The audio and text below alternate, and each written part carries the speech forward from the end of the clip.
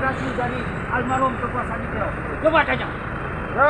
Kalau tidak ada, ini artinya ilegal. Perdamaian yang ilegal. Maka wajib dicabut, wajib dibubarkan.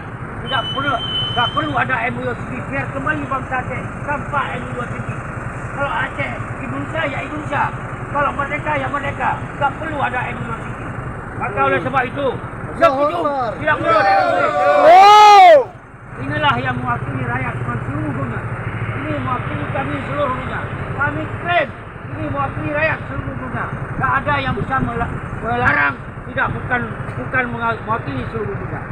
Berdasarkan Konstitusi Perbuatan Aceh Merdeka 1976, RTG ilegal MOU City tersebut.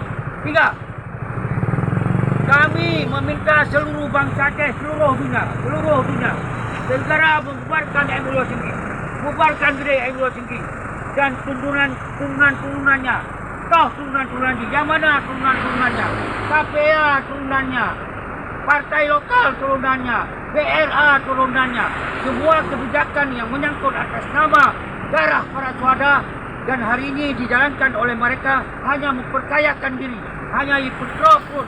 Maka lebih berat. Karena kita sudah berdialog, sudah menelpon mereka dan berdialog, tapi tidak ada terbuka di mereka. Apa maksud mereka kalau bukan untuk menipu rakyat? Apa maksud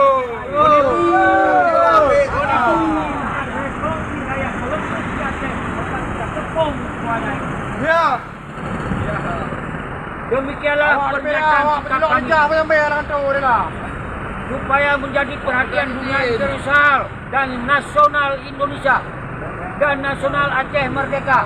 Ini perlu ada perhatian. Kalau tidak, jangan dipastikan Aceh terus damai seperti yang bandit-bandit mencicah di Aceh.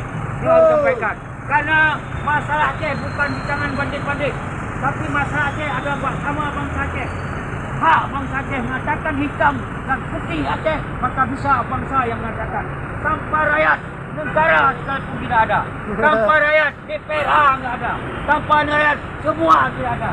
Koalisi pun tidak ada tanpa rakyat.